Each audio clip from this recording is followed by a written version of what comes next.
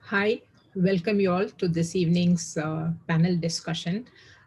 Thank you so much for joining us today. We appreciate your time and inputs. Um, Thank you so much, and it really means a lot to have you all with us. We have audiences from across the globe, from extreme west to the extreme south, and that's one of the reasons why it's at 2 in the afternoon on a working day. So good afternoon, good morning, and good evening to you all. What can we expect out of this? The main topic is about bridging gender gaps, and we chose industry which is taboo for most, not necessarily for women, but also for men. Not very long back, 12 years back, when I was meeting up with a CHRO of a liquor company, he was telling me how his father-in-law hesitated to give his daughter in marriage to him because he was working in the alcohol industry. From there to now, we've seen a sea change that has taken place across a working community as such, and especially in the alcohol industry. So we thought it would be a good topic to have and discuss and see what is being done in that industry. Just to give you an introduction about myself, my name is Jayanthi. Predominantly, I have been a banking professional until I started co-found Astra Consultants. Astra Consultant is an executive search and a recruitment firm. We work with almost 35 plus countries and across industries. We are very passionate about diversity hiring. We do two things which have made some significant progress. One is hiring women employees and been very, very successful, and a lot of our clients look at us for it. One, as I said, the second one, which is very close to our heart, is working and getting jobs and placing physically challenged people. It's a range of people who are visually challenged and various other challenges that they have. And there again, we have done some good inroads, and we hope to do more work in that space. So that's where we are. So moving on to the panelists. I think the whole of 1 hour can go in introduction, but so we shared the background and of both Kavita and Hans and Shrikanth Lonikar. Both of them, I'm sure, are not new to you all, but to give an introduction, Kavita has been with the alcohol industry for almost more than 15 years, 15th year running now. She's the vice president of Diageo, based out of Philippines. Her team has more than 50% of women, so we'll try and understand how they have been able to get that done. She does a lot of work with underrepresented communities and bringing them to the mainstream, which is another thing which we will discuss during the course and try and understand. Welcome, Kavita, onto the panel. Shrikanth has been a dear friend, and I think more than 70% of the HR fraternity across the globe would have known him. 3+ decades of experience in the HR industry. He has worked both in Indian and global MNCs and significant work in the SAARC region. He has played a very key role in industry transformation, company transformation, and people transformation. He has been instrumental in getting a lot of the organizations that he has worked for to be the best employers. He's a wonderful mentor and a coach, and he mentors for global leaders of the future. Moving on to the topic itself. So International Women's Day has a theme every year, and this year has been choosing to challenge. Challenge can be taken in different ways, but a few challenges is something we intend to bring about and talk in this discussion. So I'll move on to the panelists. So for opening remark on choosing to challenge, Kavita, can we start with you, please? Thank you, Jayanthi. Thank you for the kind introduction, and it's a pleasure to be invited here and represent this wonderful industry, and great to see the work that Astra is doing in this space as well. So on the theme of choose to challenge, you know, I'm aiming for progress and not perfection. Since when I first started working out in the alcohol industry 14 years ago, I was the only female in the team, believe it or not. And now in our global board at Diageo, we have a 60% female representation. We're aiming for 50% globally across all levels by 2030. And in my team, I have more than a 50% representation. So it just goes to show the progress that is being made. However, there are still some things to challenge. And what I choose to challenge this year, and my focus will be on, is true inclusivity for those women in particular that are considering dropping out of you know, the workplace. If you look at what's happening in the current dynamics globally, because of the pandemic, majority of working women are now at home. They're homeschooling. So for example, in the Philippines, we are now overlapping 1 full year of homeschooling. So, you know, my team has to get, and it's a cross-generational work homes, similar to India. Where you will have in-laws, you know, fathers, aunties, uncles, parents living with you. So I choose to challenge really, how are we supporting women during this really challenging time to stay in the workplace? Is the industry and our organization set up to really have flex working environment in place? And there is not one model that fits all. One family's need will be very different to the others. So in summary, I choose to challenge the status quo and really setting my team up for success and those around me to ensure that we provide all of the flexibility that's needed during this challenging time. Thank you. Thank you. Shrikanth, to your opening remarks. Thank you, Jayanthi, and really appreciate that kind and very generous introduction you did for me. And thank you for inviting me on this very important topic. Happy to join Kavita in this discussion. I'll be, you know, very specific on this choose to challenge. As far as Pernod Ricard is concerned, globally, we have a very good gender balance ratio. Of course, there is always a room to improve, but our biggest challenge is in India. And we have a long way to go in terms of bringing that gender balance.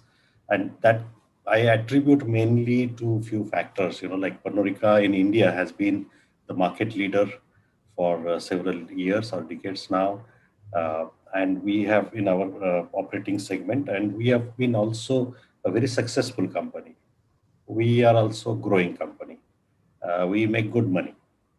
So now somebody will ask a question, why do you need to get into this pad of diversity and women and all that? You know, when you have all this, what else business needs?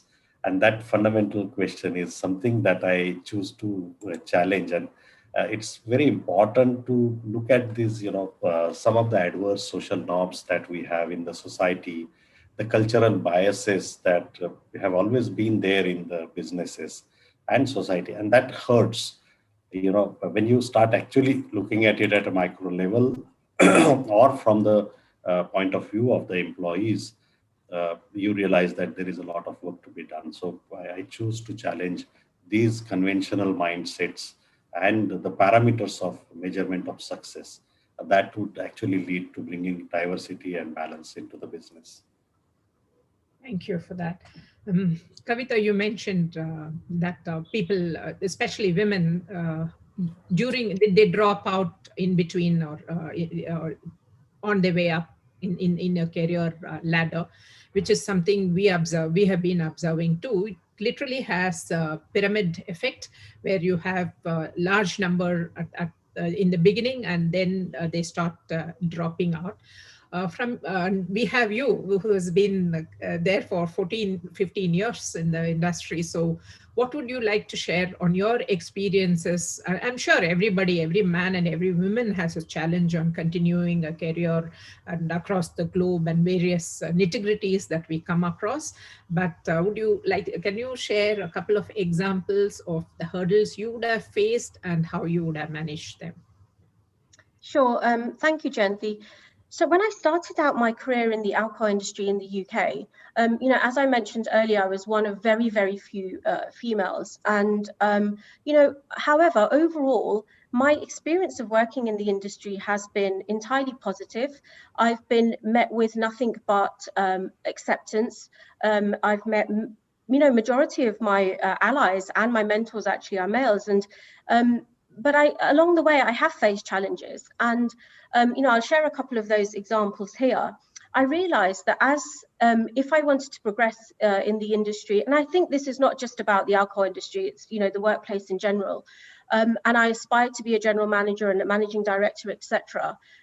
As a female, I recognized, and I wanted to continue to support my family, etc. But I recognized that you can have it all, but possibly not all at the same time.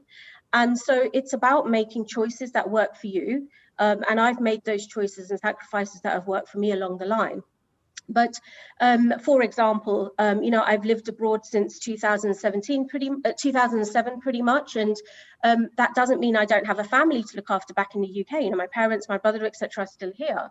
And so I was quite explicit when looking for those moves, and the organizations that I choose to work for, the ones that are really at the forefront of making it work for me when it comes to flexibility. So I always had that agreement and contract with the bosses that I've worked for. In case my family needs me, I will have to get on a flight and go back home. And I've always done that, and that's always worked for me, and hence why I can balance it. And I've had my family to come and stay with me for 3 months, sometimes 2 months when I've been abroad as well. And so I would say to those that find themselves in those situations, if you don't ask, you don't get. 9 times out of 10, most people are not going to say no, because what you're asking for is not unreasonable. So what's worked for me is having really sharing my journey and my story, allowing myself to be vulnerable if I find myself in that situation with the leaders that I work with my peer group, because each person's dynamic is so different, and really laying out on the table and asking explicitly what it is that I want. And, I've never had any pushback on that. And of course there is a business to be delivered at the same time, and I think that's the proof in the pudding, that you can manage both things. And so that's really what's worked for me, and that's what continues to work for me, Jayanthi, as I move countries. I moved 18 months ago from the UAE to the Philippines, which is even further from my home country. And the last few months I've been working from London, and I'm flexible, and so is my business, and it works perfectly. And I'm sure you must have been having those conversations with your family too, where there is work demand. Well, absolutely. I'm very grateful and blessed. I'm a second generation British Indian, but that doesn't mean the taboos that you spoke about earlier with the alcohol industry, or with the type of work that I do. When I was in a commercial career, which is the bulk of my experience, I was traveling sometimes 7-8 flights in a month, and without any judgment from my family. They are my biggest supporters and my biggest allies. But and not everybody is blessed with that, and that understanding, and I completely understand that. But absolutely, I'm very blessed to have a husband that supports me, and a strong family network as well. We say behind every successful man there's a woman, and we have a wonder man with a magic wand who's been behind a whole very many women who have been successful, Shrikanth. So I'm sure everybody wants to understand the secret formula. Can you share a few of the examples of things that you have done across organizations on recruiting and retaining women? Sure. No magic. I think it's part of my duty that I've been doing. But before I, embark on talking on any of these points, because I completely appreciate this is a very sensitive topic when we talk about gender diversity, particularly focusing on women. That also puts men against women in some of the discussions. It's likely that some of my unconscious biases may come to reveal themselves in this discussion. So my apologies if I offend anybody while I'm saying anything. I'm trying to be careful though. So when we hire people, Jayanthi, in the organizations, the most important thing is gender balance should be recognized as a business need by the business. That is the core of it. It is not about a fad. It is not about something that HR wants to do, or it is not something that you want to showcase to the world that, okay, we are a balanced company and all that, those are sham measures. But genuinely, if business understands that having a gender balance, it makes a business sense. That is the core of it. So the first part is. The second and most important that I have encountered is the culture. So changing and developing that cultures.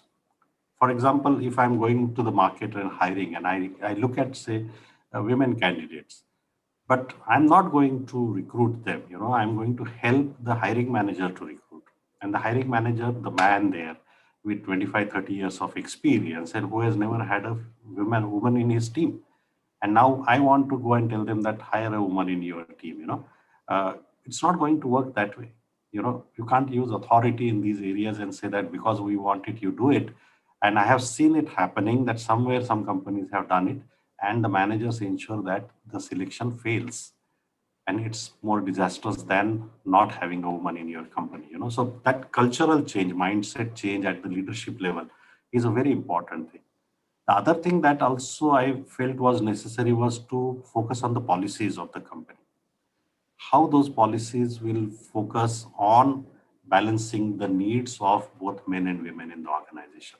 And here we have to understand and agree that the needs are a bit different. It is not the same. You cannot put both of them into the same bucket as man and woman or just brand them as employees and employee. It doesn't work like that.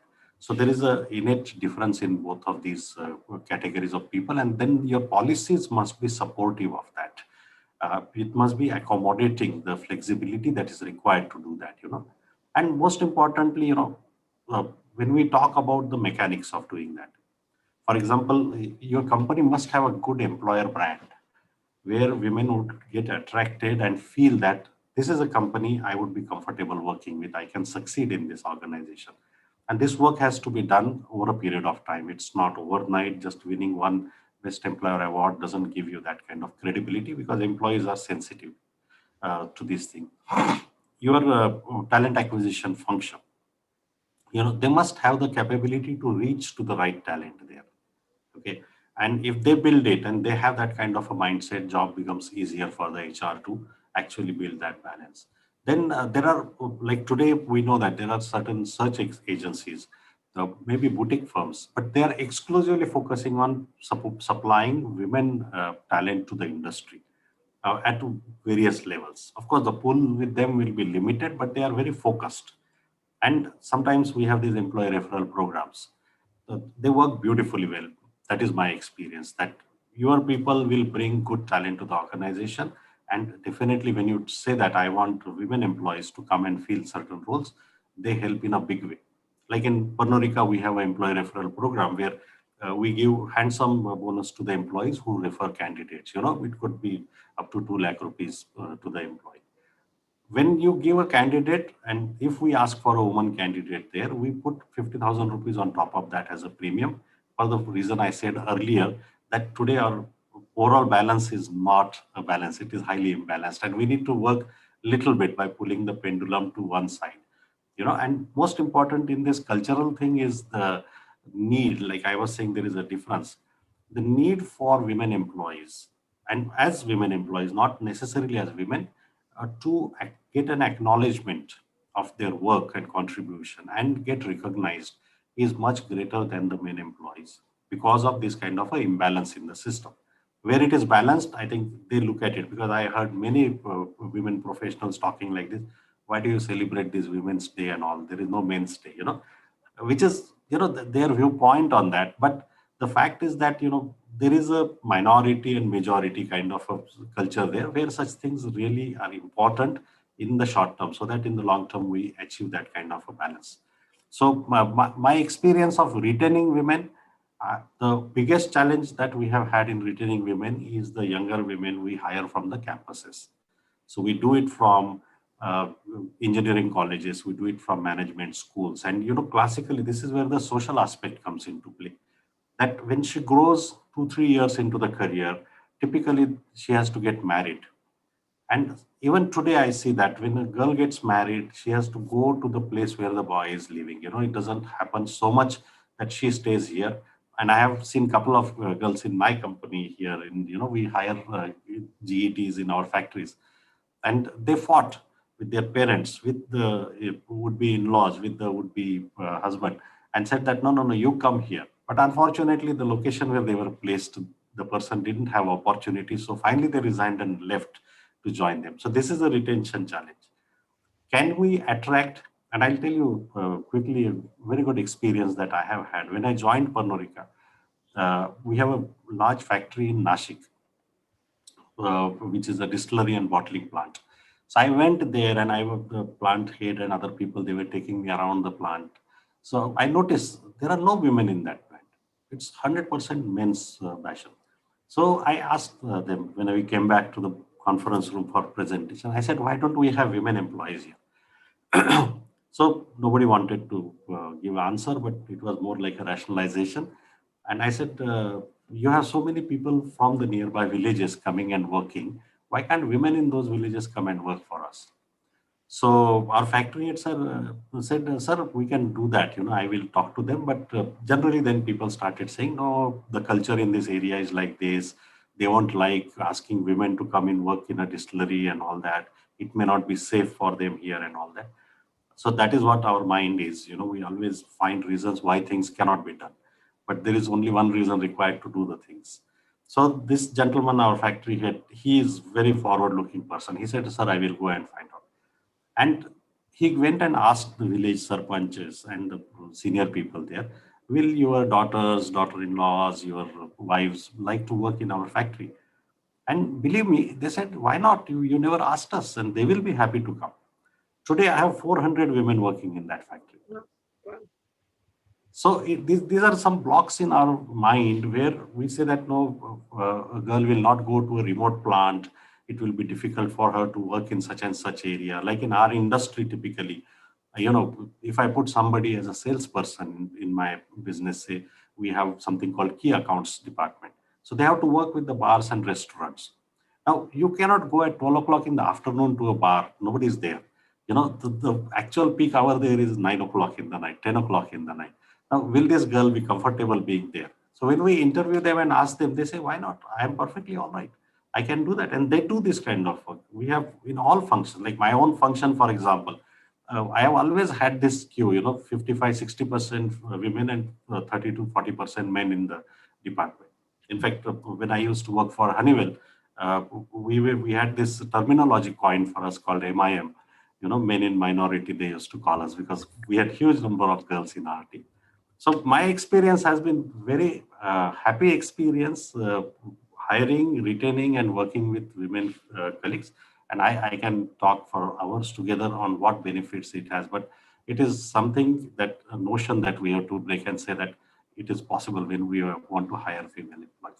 I would definitely agree with you on that. And like we are discovering so many women in alcohol industry, you think financial services and IT, there are women, but sometimes when you're doing a search, you realize how little talent is available, and then you're trying to map the industry. Two things to take away from what you said. Definitely, I think brand building in the sense like to tell the story and tell it very honestly and truthfully is very important.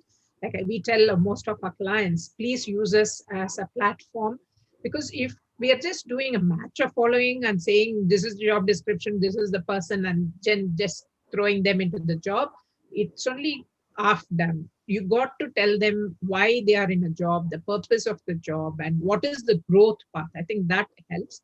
And we did shop floor completely women shop floor for one of the automobile companies down south, and it was on ships.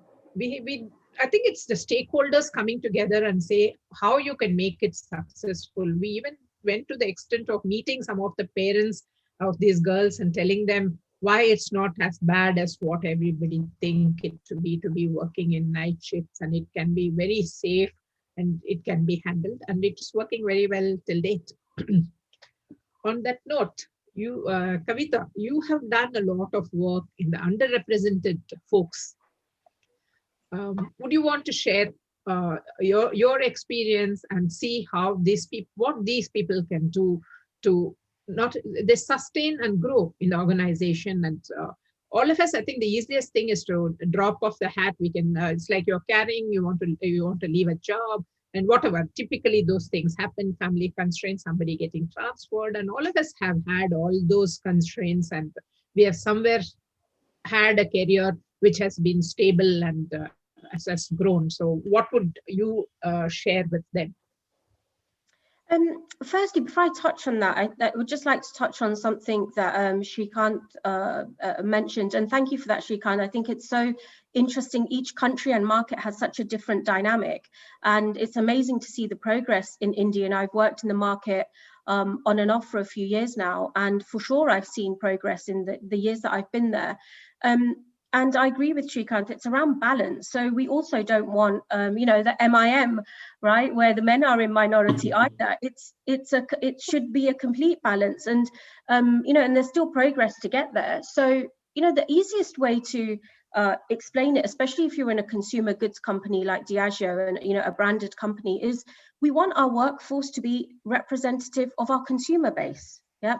If we have 100% male or 100% female, that is not representative of our consumer base, especially in the alcohol industry. And I'm talking not just gender diversity now, I'm talking also demographics, socioeconomic, education, and also, what's really very relevant at the moment is, non-traditional roles. So I think there's still work to be done there for sure, but I've seen great progress. And then around underrepresented groups, Jayanthi, thank you for the question. It's very much my passion area. Being a British Indian, growing up, for decades in the UK, when my parents arrived, they themselves were immigrants. So my father had lived in 3 continents and 4 countries by the time he was 20. And the UK at that time wasn't a very welcoming place, even though they were British. He arrived with a British passport, so it wasn't about that. And so from a very early age, I've, even before it was trendy to use words like I&D, gender diversity, inclusion, etc., I've experienced this myself. And you know what? Not so much in the workplace, because I've been fortunate enough to work for some, amazing companies, but more outside and in society.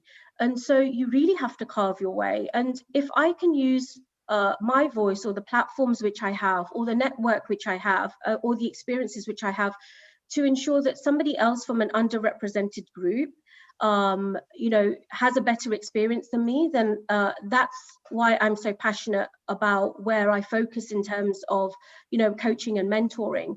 And I've had through the years, very many women reach out to me, some of which I know and some of whom I don't know. They've maybe come through a colleague or something, and just they're just interested in having a conversation about the journey that I've been through. And also, if they want to come and work in a commercial career, senior commercial career as a female, like, how do they go about doing it? What are the challenges that I faced when I first started working in the Middle East, where alcohol is extremely taboo, more so than even India? And so I think sharing, I was in a panel discussion yesterday, and it was about your personal brand and storytelling. I think just sharing experiences and story through platforms like this is a great place to start if you're stuck of where do I start, and reach out to the people who you find inspiring, who you look up to in terms of, I'm intrigued by their career path, I'm intrigued by the job that they do. I know, and also in my experience, nobody has ever said no to me when I've reached out to them, whether I know them or not. And that's the great thing about human beings, right? And the great thing about our industry. So that's been my experience of underrepresented groups, Jayanthi, and I can go into much more detail. It started from, underprivileged kids in the UK considering further education. And so again, coming from an underprivileged background in the UK, how my family and I managed to turn around our lives through education. So working with my employer at the time with local schools and running workshops, to now very much, hoping that I make an impact for females that are considering coming into our industry. I would very, very much agree with you. We can keep thinking we don't have time, and I don't have wherewithal, I don't have money and whatever to do anything on this fact. But I think it's just the mindset. If you start going out there and do 10%, then other 90% keeps walking towards you, and it turns out to be a beautiful journey. I would very much Absolutely. agree with you on that. Just for the audience, we see some questions coming in. We have a Q&A session, the question and answer session towards the end of the discussion. Please feel free to type your questions in the Q&A chat box that we have at the bottom. We'll compile them, and if you want any particular panelist to answer, you could put their names in the bracket for us, please, and we'll answer them. We'll try to answer as many as possible in the given time frame. Coming back to the discussion, Shrikanth, you've been a pioneer on culture building, and we very much believe culture is a very important factor. How do you think culture can play an important role in bridging gender gaps? The basic issue, Jayanthi, is we are all different. Yes. It's not a man and woman difference. Everybody is unique and different. There are no two people who are the same, not only in the physical or mental states, but the social, financial state. And then when you come into being after you're born, there are many things that you do not get by choice, like where will you be born, which geography, you're born in Europe, you're born in Africa, you will have a different life. What kind of parents you will have, what kind of financial status in which you are going to get born, what kind of social environment, what education you will have in early stages, what are those sanskars or whatever social impressions that you are going to get. Many of these things are not in the hands of a person, so some people are privileged, some people are underprivileged. That is the thing, and that differentiates people throughout their lives. Even if many of these things, like somebody is born very poor, they can become super rich. But the impressions that they get in early stages of their lives, that makes the core of their personality, it doesn't change. So why I'm saying that is, when you look at the people that make for an organization, they come with this kind of diversity.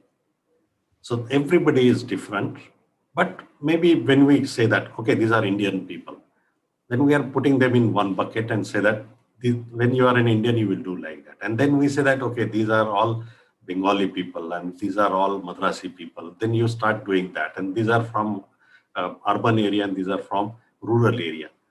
But then there is a common thing that we try to put around that. All these things are very important for culture of the organization. And on top of that, we write something on our websites and sometimes in our office walls. This is our culture. Okay. The challenge is that, what is the culture to the people? Is it the social norms, the language, the habits, how decisions are made, how people communicate? These are important. When I look at it as an employee, I think culture is what I experience in the organization. It is not these words, it is not this analysis or this, it is not the policy of the company. What do I experience? When everybody says be candid and we love candor and openly communicate here, when I try to do that, is it welcome? Do I get the same response that anybody else will get there? Or I get a different kind of eyebrows getting raised on such kind of communication? Decision making. We talk about empowerment, we talk about delegation of authority, we talk about training people to make decisions and let decisions be at the ground level. But when it comes to critical and crucial decisions, those are lifted up. And so I take a decision and somebody says, okay, let me approve it before you go on the ground. So these are some of the practices, and these practices give experience to the people. Now, typically when you look at women employees, there would be many reasons in this analysis that I made why women do not grow to the senior levels. They are stopped at multiple levels.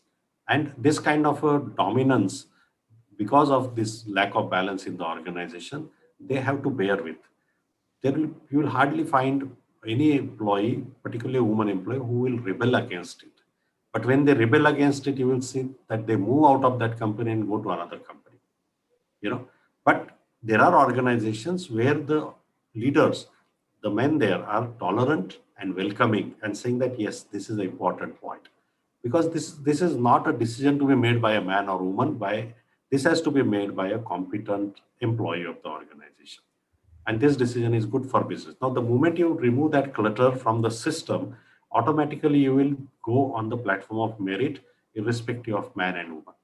And when it comes to that kind of a objective parameter, I do not see any parameter that will say that a man is more intelligent than a woman or a woman is more competent than a man. It is, both of them can be equally competent, and it's factor of many other things that they build as competencies and capabilities over a period of time.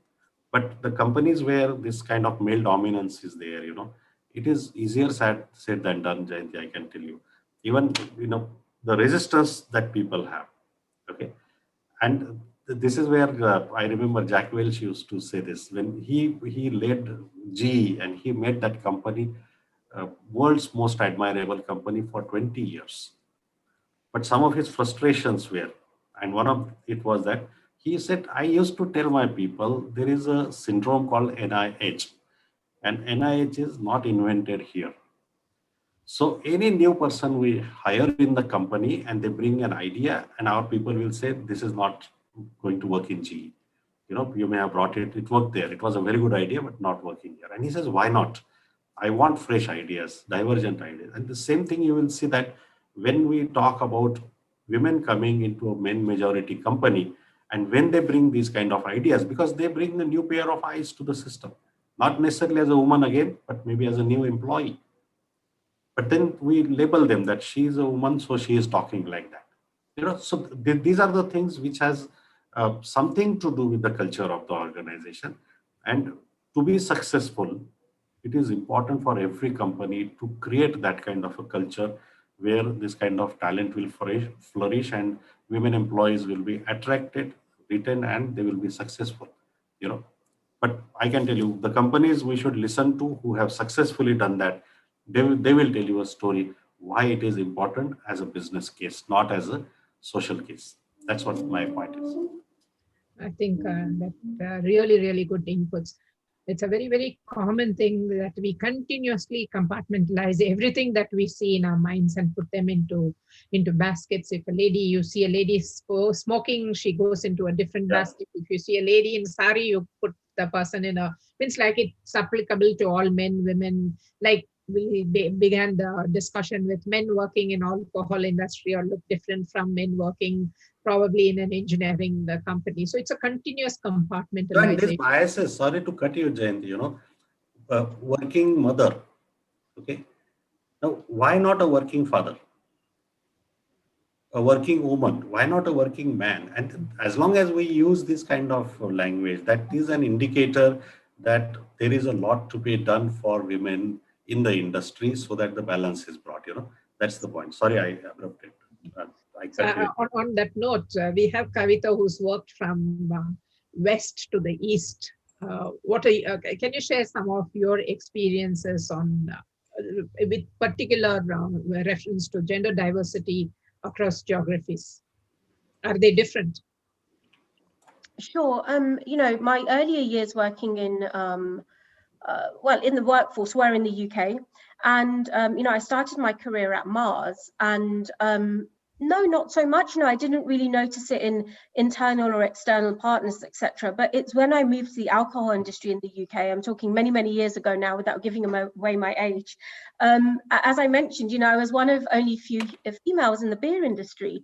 And it was great because during my 4 years there, as the years went on, absolutely, we had some more females come and join us. But my experience was so diverse. I was in a customer-facing commercial role. And I faced many awkward moments, even though overall my experience was very positive. To give you some examples of that, we were entertaining a lot of customers at the cricket, football, rugby, etc. Again, very heavy male-dominated sports. And at first, and it's a great place to do business as well, right? And that's the whole point of this conversation. We're facilitating commerce. It's not about social causes, as Shrikanth has said, and it's about that balance. And as apprehensive as I first was, I educated myself on those sports. Some of them I was genuinely interested in, some of them not so much. So I would have, like you would do with anything, so I would have something in common and a way of a connection to my partners. And, you know, you're going to be spending 3-4 hours with them. Surely we would do that now, regardless of our gender, right? Or the industry that you work in. Even more so now, it's easier to find a connection to the person you may be speaking to, whether it's an interview or internal or external, or a meeting you may be having with social media. That wasn't the case in those days. And, you know, in all honesty, I've never been met with anything other than such great hospitality, always gentlemen, and really understanding, you know, the business that I worked for at the time, for example, no questions asked. We had a taxi account. Yeah, no questions asked. Wherever, get yourself home safely, you know, because you're working late hours in the on-trade that Shrikanth mentioned as well. You know, as a female, you're working in the on-premise. And so Uber and stuff was not around in those days, etc. So in the UK, predominantly quite a positive experience. But however, I did face some challenges as well. To give you an example, if my male boss was with me, very rarely would a partner be late, you know, or keep me waiting. If I was on my own and I've driven 3-4 hours sometimes for a meeting, I would be kept late. And so we agreed, you know, as a business, this is not the culture that how we want to show up. And so we shared, look, we're not going to wait for more than 20 minutes really now, you know, unless there's a very valid reason. And, you know, small things like your boss backing that you're the decision maker. As my career progressed, you know, I lived and worked, I moved in 2007 to the Middle East on my own. I didn't know anybody there, also to work for a beer company, and altogether a different experience, because people used to, and then I started working in India. I wasn't physically based there, but I used to manage it based out of the Middle East. And I remember being asked questions such as, so you traveled here by yourself, like actually on the flight by yourself? Yes. How did you arrive at the meeting today? How did you get from the airport? You know, your parents allow you to work in this industry. Does your husband, is it okay with your husband that you travel so much? You know, how, and, you know, in the first couple of instances, in all transparency, possibly I was offended, but, you know, I quickly realized people are just coming from a place of intrigue. You know, just like I'm intrigued about people's lives and how they manage things, they were just coming from a place of intrigue. And as I started to share those stories and build those connections, you know, some of my partners are now my biggest allies. And, you know, they've opened up their network to me. You know, people like yourself have invited me here and to have this conversation. And so in summary, I would say, be yourself through authenticity and not shying away the subject. In many cultures, people don't want to have this conversation either, right? And so if you're an advocate and, you know, you feel strongly about something, have the conversation. Don't brush it under the carpet, because we, as Shrikanth mentioned, at a certain level, if women are not challenging and they're moving out of that organization because they think that I've reached where I can reach here, and therefore the answer to that is not necessarily just to leave and then go on to work for another organization, because if you progress through that rank as well, you possibly will find yourself in the same situation again. Instead, go and ask, what is it that you want? And as in the very opening, I mentioned this, right? Go and have the conversation. In my experience, very rarely will you be told no. Yeah, I think, yeah, you until you ask, you don't know the answer. And I think assumption is, it's to be foolhardy in life. I would agree with you on that. I always say, you know, what at the most, what's going to happen?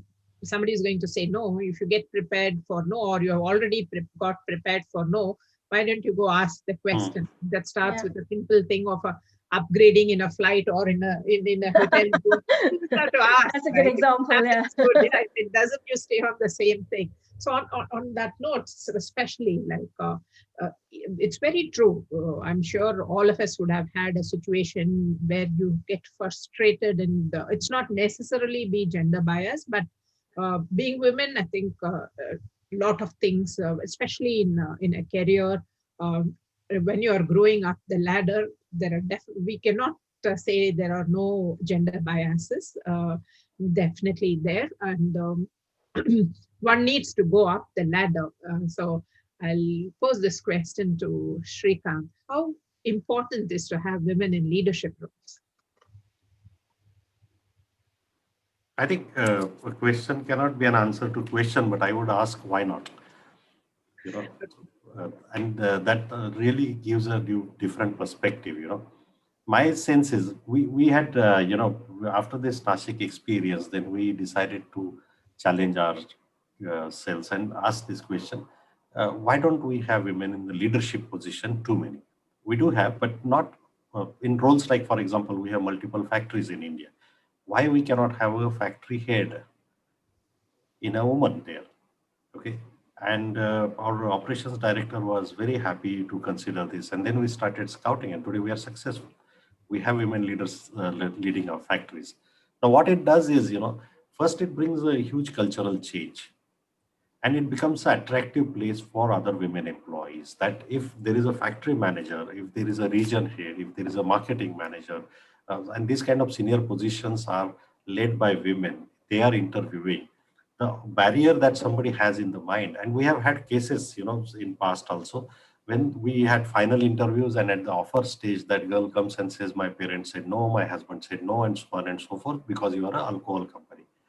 And we communicate this very clearly to the candidates, particularly that you join our company doesn't mean you need to drink our brands or products. Okay? So if you are a teetotaler, it's perfectly fine. You work for a paint company, it doesn't mean you consume paint every day, right? So just because you work for alcohol company, it doesn't mean you have to consume alcohol. But you must know the product, you must know the consumer and the competition. That is the basic, which if you are interested, you are okay here. So to that extent, we have parties, celebrations, a lot of convivial moments. There are many people who have a glass of water in their hand, who have a juice in their hand, they don't drink. It is perfectly all right. And that's part of our policy, that nobody will be forced to drink or to take another drink even if they are drinking. So that kind of attractiveness will come when there are more women in leadership positions. Women, my sense is, and this could be again my bias, but they can bring a very different perspective to the business aspects like strategies that you're talking about. They can view the customer differently. They can look at what is performance. It can be defined differently. And how do we really relate and connect with the people in the organization? These are all very important aspects of business. And my sense is a woman leader can bring a very different perspective to all these things. And it's important for us as a business to understand that there is a huge amount of women talent available out there. Why do we leave unutilized?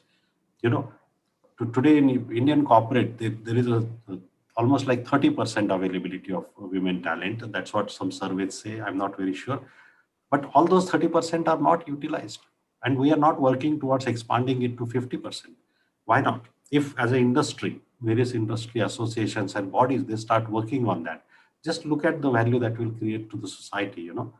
And my sense is that under a woman's leadership, the workplace would be safer for most of the people in the organization, because they will look at it from a point that, do you feel safe and respected in the organization? Disrespect, which is unknowingly being meted out to people, will automatically get driven.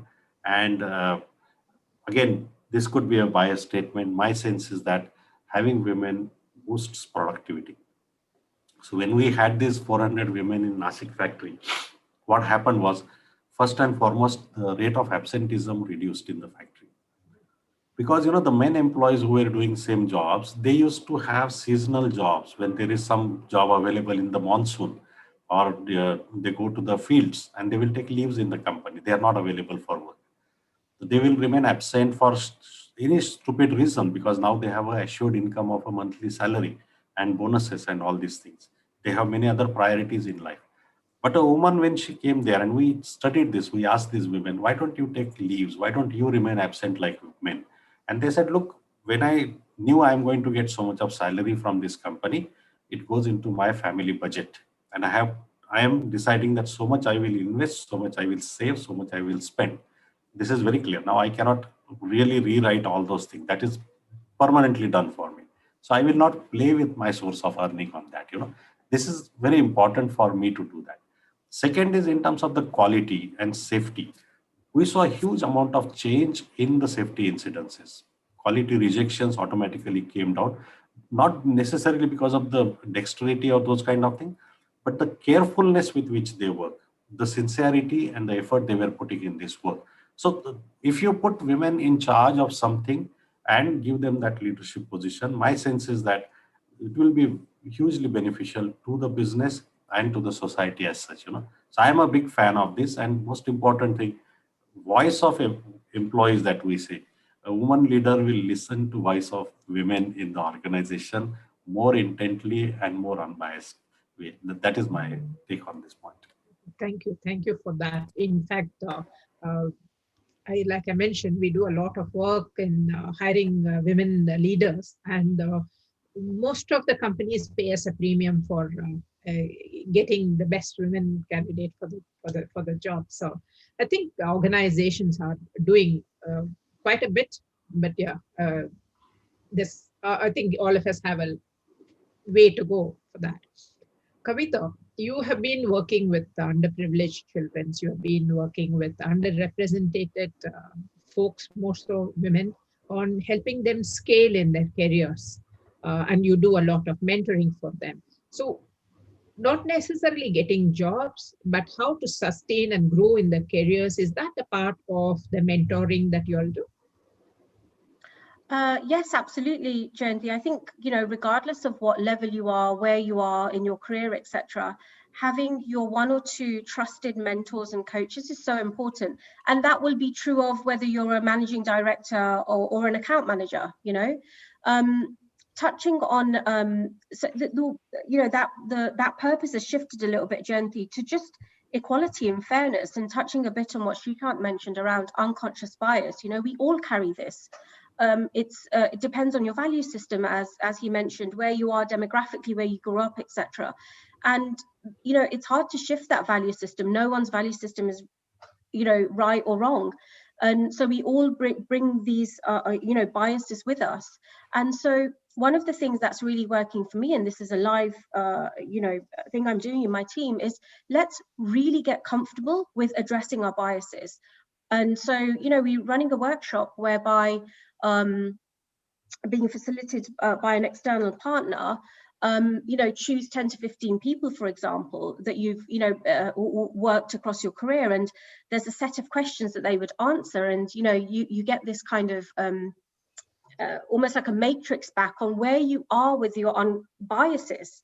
And I think only when you can really address your own bias can you help to make shifts in the workplace, or help to be a better mentor and a coach, because we all carry them. So this is a journey that my team and I are on.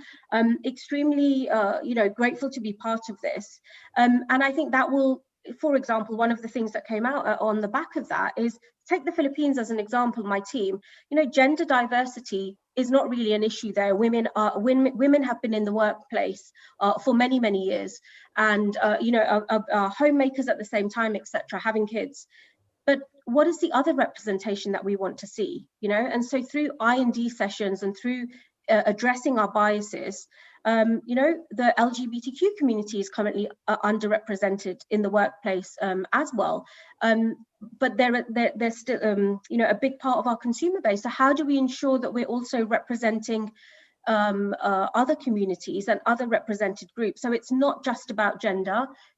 For me, it's very much about underrepresented groups overall. Thank you. Yeah, like I keep telling people, diversity doesn't mean just necessarily women. In some cases, sometimes it is men. And it's a whole lot, like LGBT to physically challenged, mentally challenged. It's what it is, and what is different is what is diverse. It doesn't mean quote one unquote same thing. Shrikanth, you have been a coach and a mentor, and you're known for your coaching on global leaders of the future. Can you share your experiences on coaching some of the, we're not asking for names, but the experience in coaching some of women leaders? Sure. I'll also tell you the reason behind, sorry to stop you, reason behind, like we have been saying, we need to ask. When you ask, it's not as bad as what you thought it to be. And the panels like this, or the audience can learn and learn from others' experiences and say, okay, this doesn't sound all that bad. Let me try an alcohol industry. Let me try an engineering industry. Let me try to fly. So this is what we are trying to do out of these panels. Like somebody was asking me, is it part of your marketing strategy? I said, no, it's a part where we want touch more lives and say that it's not as you think it is. It's not all that bad. It's great and fun to be doing what we are doing and share your experiences. That's what we were trying and trying to achieve out of this. So if some of your answers can help more women to come for coaching, because there are taboos attached to this, like alcohol industry. If you think you need coaching or mentoring, you think something is less with you. And we keep telling it's not necessary. It's about improving and bettering yourself. And now all of us have a scope for improvement. Yeah, thank you, Jayanthi, for that question. And it's interesting, but let me say this in the beginning. Coaching principles and the approach will not change in a big way if it is a man or a woman as a coaching. Okay. However, the outcomes could be very different, and that will depend on the objective of the coaching, why you are doing the coaching to people. Okay, we've seen this movie Dangal, right? So in Dangal, the father has spotted the talent which nobody else could have spotted. That potentially my girls can become champions in wrestling based on a fight they had with two boys, and they beat them in that fight. This is what a coach's job is, and when we say leaders should be coaches, this is how you have to spot the talent, that we put people into, say, marketing department, finance department, and whole of their life they continue to do this kind of a job. So in women's case, many a time what happens is, and most of the time we see this concept of glass ceiling, that they hit a glass ceiling at a point in time because of certain personal choices that they have to make, which is part of their life. But if we really break that barrier and allow them a horizontal growth, allow them to learn something different, and that's where mentoring comes into play, that somebody holds hand and walks with them on that path, gives them a confidence that they can do multiple things. And generally we have seen women are good at multitasking. They are good at learning. Using those competencies, those potential of the women, if a coach works with them, gives that kind of a hand holding to them and asks right questions, that what is it that you can get as an insight by doing these things, it will make them more resilient, more resolute, and more confident in moving into the future of their careers. What is important is to provide equal opportunities to them in the organization. So the moment you put a coach to a woman employee, it should not be an exclusive coach only for women employees. The coaching should happen for the talent at that level. But my sense is that a woman employee will grow faster than a man, mainly because she will value it more, rather than comparing it with that there are 3 more people who have been given the coaching opportunity in the organization. So building that confidence and providing them that insight about what they can be is what coaching can do to the women employees. And I think it is needed. The businesses and organizations have to really work seriously in this direction.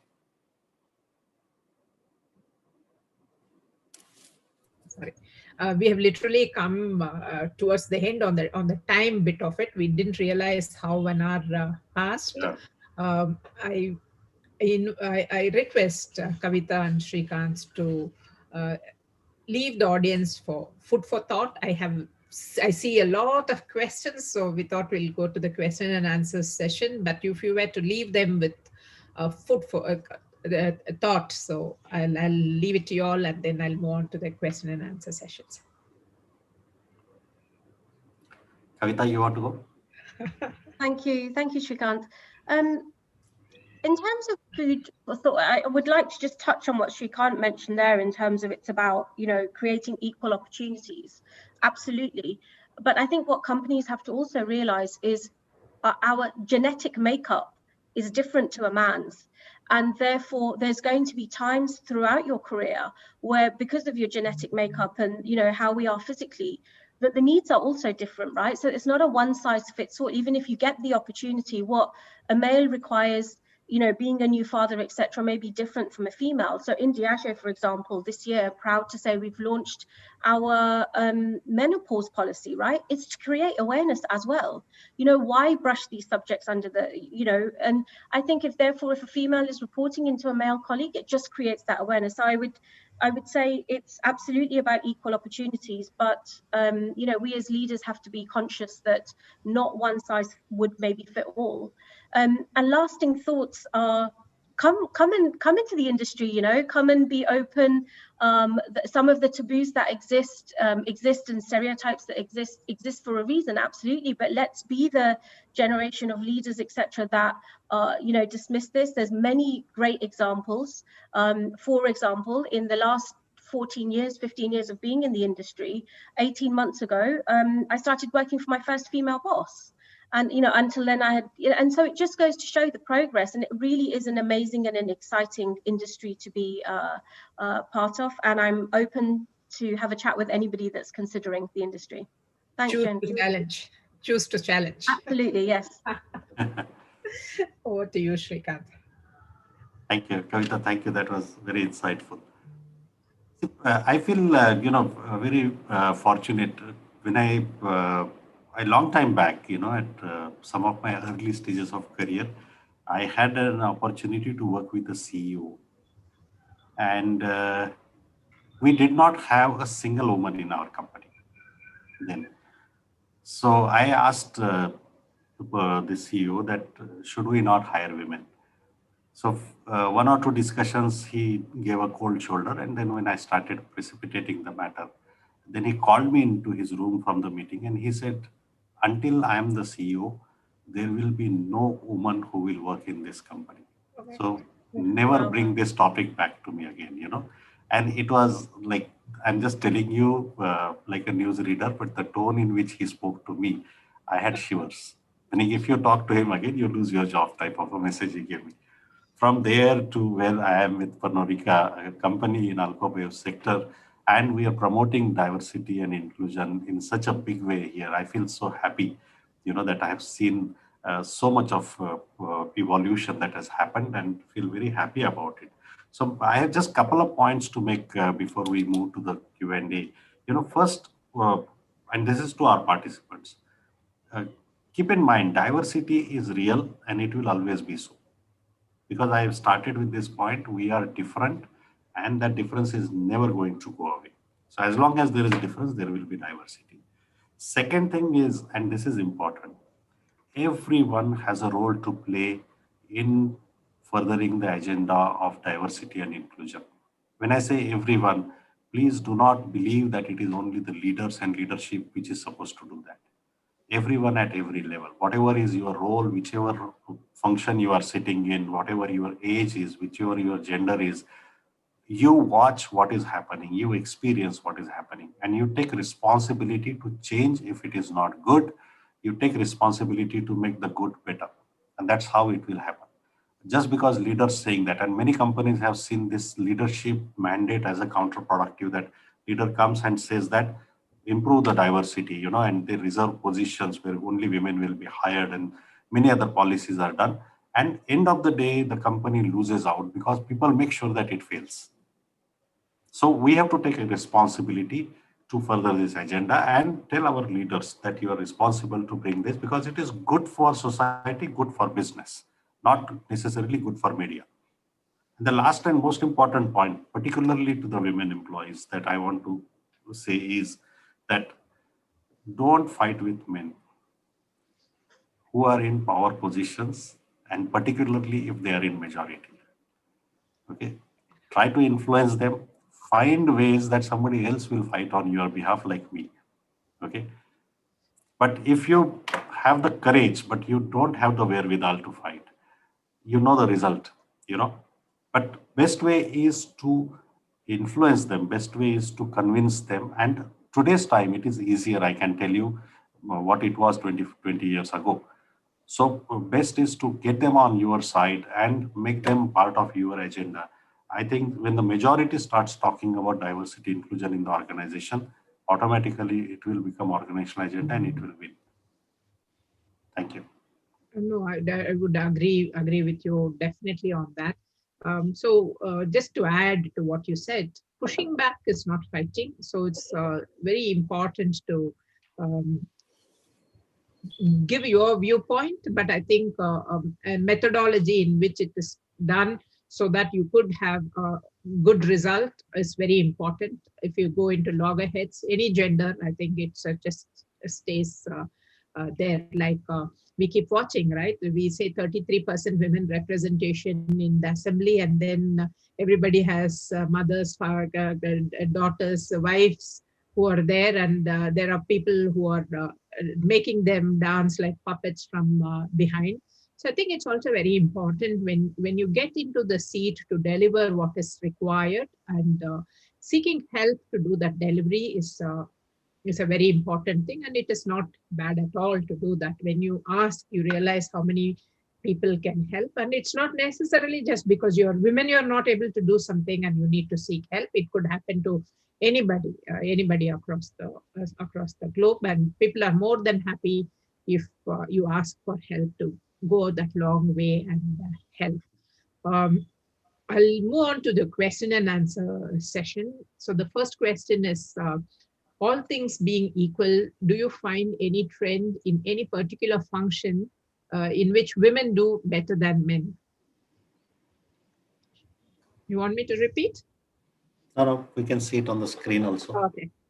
And in the interest of time, I think we can give maximum 1 or 2 statement answer because there are so many questions. I know. Respecting that. So the one function or department I think women can do better than men is CEO or MD's role in the company. Fantastic. Next question. Having worked for large MNCs and Indian companies, what do you think is the difference in the approach to gender diversity? This is for Shrikanth. I think this is a loaded question. I understand where it is coming from, but yes, there is a strong bias in Indian conglomerates about men-women factor in the organization. I think many Indian companies, particularly the promoter companies, have not seen the value of what gender diversity can bring to the organization. And when you don't know what you can be, you can't believe in your potential. So now they are evolving, particularly looking at MNCs. The MNCs, of course, they are evolved because of their roots, their advanced experiences in other countries. But one of the challenges is sometimes it becomes idiosyncrasy also when it comes to a developing market like India. And some companies are suffering because the targets are given to people of kinds which are unreal, and they don't have patience because they want to show the number and graphs to the investors. So that is something not very good there. But by and large, I think there is a lot to learn from MNCs to Indian conglomerates. Thank you for that. The next question is for Kavita. What have been some of the changes you have seen in the workplace from the start of your career to today? What have been the key enablers for this change? I've seen many, thank you for the question from that participant. I've seen many changes. The biggest one, as I just shared now, in my nearly 15 years of being in the alcohol industry. In fact, in my entire career, I've only had one female boss, and that was 18 months ago. So it shows you the progress there. And I now also report into a female boss. She's the managing director of Southeast Asia, and I couldn't agree more with you, Shrikanth. She does it absolutely wonderfully, juggling in-laws, family, kids, etc. And trying to have a life and making time for herself. So this is one of them. Physically seeing representation, Jayanthi, but even representation of minorities, right? Many years ago, when I first started out in my career, I wouldn't see people like me, looking my skin color, sounding like me, understanding the cultural elements, etc. So even just to see people who look like me being represented, not just in the alcohol industry, but generally in the workplace, in senior roles as well. That's a big shift that I've seen. And the fact that we're even having this conversation today, what a way forward, and social media enables that. And so people have a more voice because of this. And so subjects such as menopause for women in the workplace, has never been, discussed in the history of my career so far. It's great to see us bringing these subjects to life and having a conversation about it. But even just addressing, things like having fit for purpose policies as well. And so, starting from the basics. So I've seen huge evolution. And whilst, I would not say it's perfect, for me, it's all about progress. I always want to leave whatever I'm doing, whether it's my personal or my professional life, whatever business I'm managing, in a better place than I found it. And that means absolutely business performance, right? That's what I'm here to deliver. But it also means a highly engaged team, the right representation, and equal opportunities. So many, I could talk about this subject for ages, but I've got many examples, but huge progress for sure throughout my career so far. Yeah, I can share the same experience on that. I think the change has happened both from the home front and from the office front. Like you said, bosses and teams have been very sensitive to our travel requirements. I have taken up a job outside of the country, and it is not, you can't say it has all been easy, but I think the family comes to terms that it's fine, and we have ways. It doesn't mean that you're neglecting something, but you know how to handle different ways. It's like work and family and friends. We forget that we have a life other than these two. And somebody told me, as you're aging, have a friend circle and develop a hobby for yourself. I think those things are very important, to be an individual and manage different aspects of life and not become one. I think is a very, very important thing. A couple of them saying great to Shrikanth, because the factory is, their women, when they were working, it was not there, and so on and so forth. And I have one particular question. In terms of various roles that exist, what I understand in the alcohol industry would be a role of quality check tasters. Do you have women quality checkers that have seen in the industry in your experience? Just to throw open the question itself. I remember Kiran Majumdar started. She was alcohol connoisseur with Vijay Mallya when earlier in her career. One thing that I need to clarify, the testers that we have in our industry, they don't have to really drink alcohol. Okay, so if some of you experienced a testing session or process, you will understand that we have independent table given to a person. There is a wash basin there, there is a water kept there, and then there are different brands of alcohol kept there, which are masked. You don't know which one you are testing. And the testing process is that you have to use your senses, like the sense of smell, sense of taste, and even the color, that is your sense of sight. So these are the things that are used for testing. Many people, or most of the people, they put it on their tongue, and the testing master will tell you that you have to roll it in your mouth. Each part of your mouth should touch that. And smell it and roll it. Yes. And after that, you have a choice to gulp it or to spit it out. Okay. So even if you don't gulp, the testing is complete. So man or woman, anybody can be a tester. There is no limitation or there is no preference in that. Shall I move to the next question? Yep. Okay. This is for Kavita from Ruchika. Do you think at times women themselves become biased while hiring candidates, as they think that the candidate has recently got married and would be going ahead in a family way? Or maybe we should not hire a lady in a family way, as she would require leaves? Wow, thank you for the question. I can only speak for myself, right? I don't know, I cannot speak for the entire, female, I guess, line manager population, but I would hope not. I think that goes against the core of what we're trying to achieve here as organizations. And in my experience, absolutely not. I wouldn't even ask the question. It wouldn't even cross my mind. You're here to, we're here in an interview situation, for example, to really get to know you, your purpose, whether you're male or female, it absolutely doesn't matter. and the journey that you've been on so far, and then we kind of go into functional capabilities, leadership capabilities, etc. So it's not even on my radar, and I can speak on behalf of the business that I work for, and absolutely not. It's not. We wouldn't even go there. I hope we've progressed significantly since those days. All those times. Look, I've had the question asked to me, believe it or not, and this was not in India or the Middle East. This was in Europe. For sure, I wouldn't mention now the company, but I was asked, you're reaching an age. I don't know how they found out my age. It's not legal in Europe to ask somebody that. But we assume that you're going to be having a family soon, and how are you going to manage that? It's not okay to ask somebody that question. In fact, just to add maybe a 30 seconds, Jayanthi, we had a case in Pernod. We hired a very high talented girl, and she was abroad and she resigned, and she was during the notice period. And 15 days before her joining, I get a call from a gentleman, and they introduced to me saying that you're hiring this girl and I am her father-in-law. So I said, okay. So, and this gentleman says, I'm sorry to tell you, but we just discovered that she's expecting. But this was not known when she interviewed and accepted your offer, even when she resigned in her past company. And now she is about to join you in 15 days time. So I'm really worried that she's lost that job. And if you don't take her, what will happen and all that. So I said, but why will I not take her?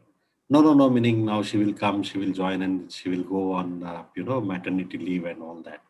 I said, I understand that's going to be a disruptor, but you don't have to worry about it. We'll honor the offer. Okay. So will there be a change in her job profile or something like that?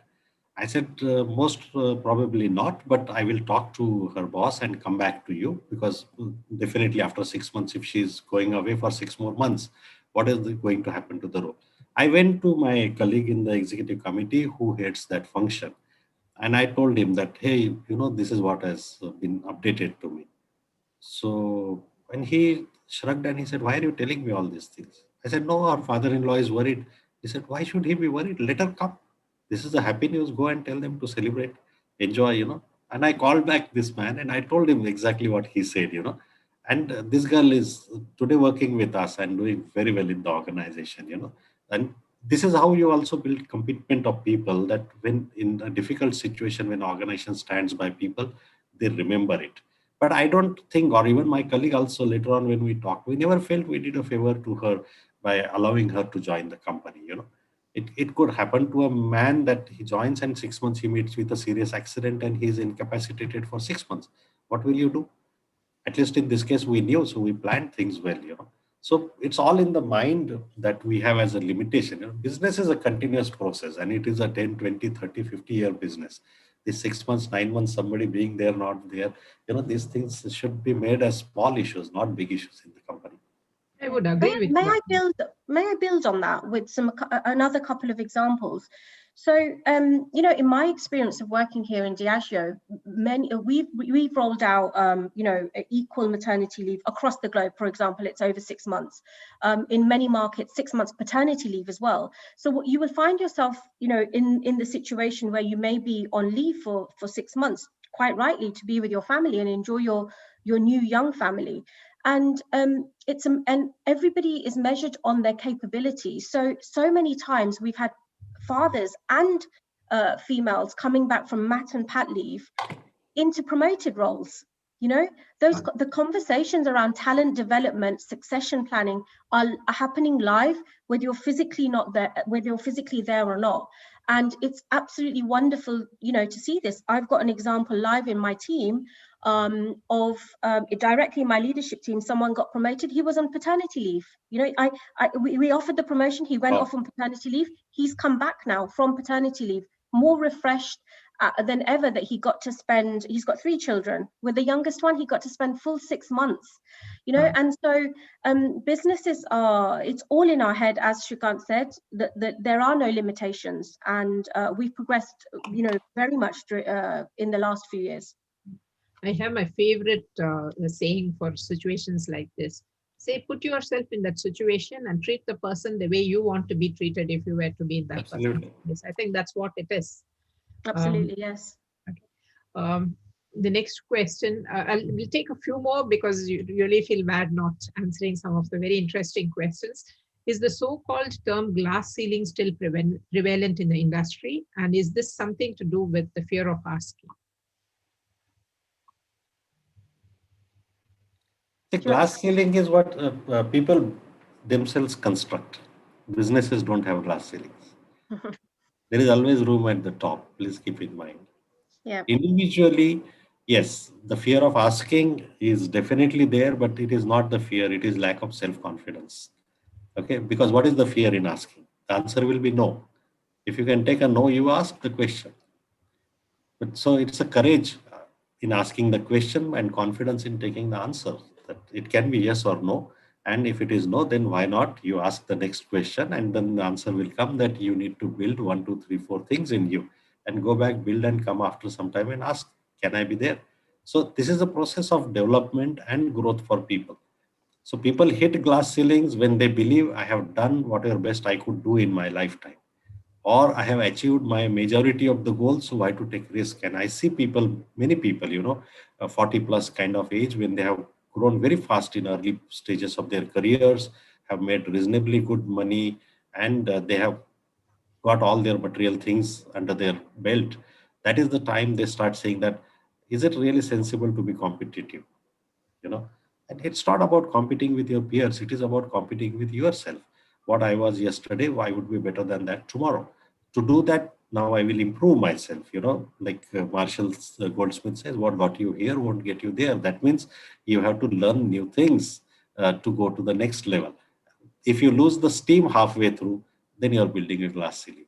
Companies don't build glass ceiling for anybody. Yes, there is a pyramid that we have to keep in mind. So true. So we have a very interesting question which pertains to our organization. So HR industry attracts many women and we are no exception. That is Astra. We have close to 70% women presently in Astra from 90% earlier. What suggestions to improve diversity on the men's side?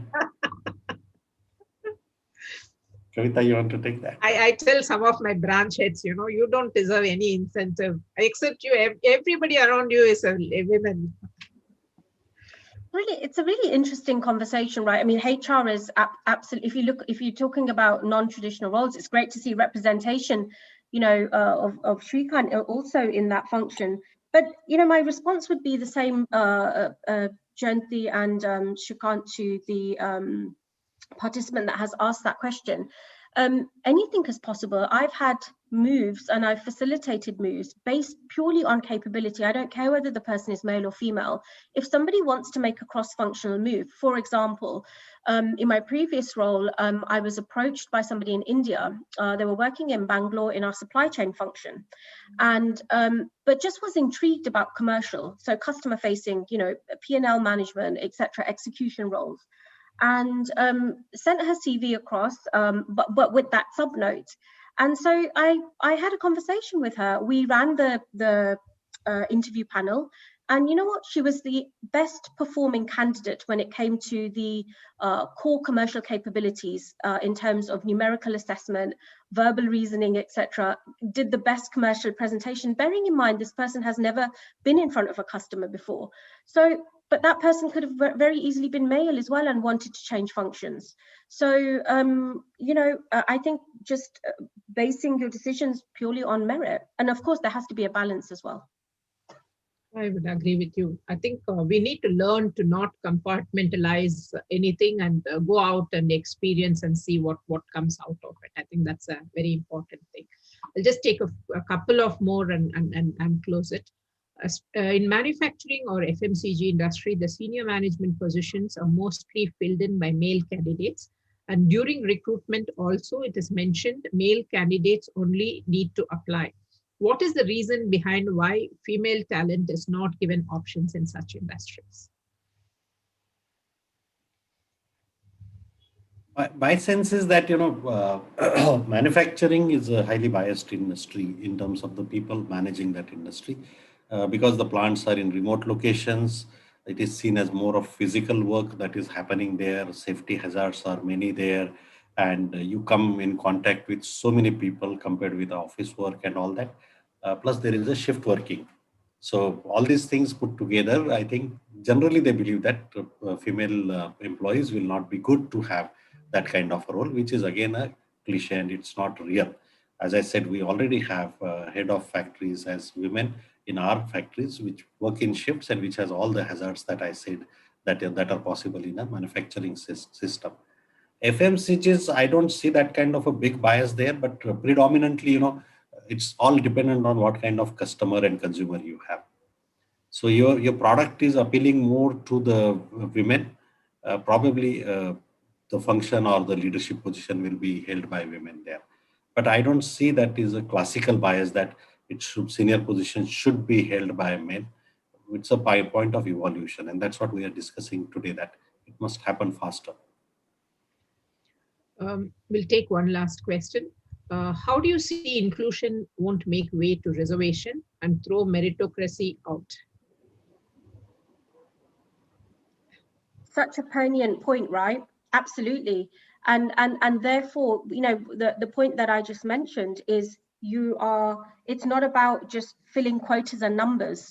I think we're here to deliver a business outcome as well. And I don't think any business savvy company would accept mediocrity over just filling quotas, or because you've been asked to push the I&D agenda, for example. So in my view, it's a bit of a non-issue. I haven't come across this, to be really honest. We are basing those decisions, even though we have an I&D focus, we are basing decisions on the capability of candidates as well. And if it was any different, Jayanthi, that would soon show up in your performance. You can only it will become, even for that person, so draining and so much energy put in if they're just filling that gap because we wanted a female, for example. And if you're not delivering, those performance conversations will start happening. So even if this person asking the question has seen examples of that, I believe it's not sustainable. I would agree with you. You can stage manage a role to some extent, then you become original. You can't manage that for a long time. Ruchika has a couple of more questions, which we will get answers, like menopause policy and stuff like that, which we will get answers from Kavita and mail it back to you. Sure. And some of them are so happy. They want this discussion to be extended to other related topics. So we'll come back on that. I'm sure all of us had we had requested people to block 1.5 hours, and we have come to that. We didn't realize time went like that. I'm such a stickler to time. It's like 3 is 3 and not 3:1 times. But we had mentioned to you all that it could go to 3:15 or 3:20. But to the audience, we had said that the questions are interesting. We could extend to 3:30, and here we are at 3:30. I can't thank you all enough. I don't think we have words to say which would suffice how we feel about this whole thing. Very, very interesting. I think it was very original, and thank you ever so much for sharing such rich experiences. And we hope to continue and see if we could do this on a regular basis on different topics. Thank you, and wish you all the very best. Stay safe, and we hope to meet in person one of these days. Thank you, Jayanthi. Thank you so much, Jayanthi. Thank you to the Thank you all, audience, for being such lovely audience, for such lovely questions. Thank you. Absolutely. All the best. Stay safe. Bye-bye. Thank you.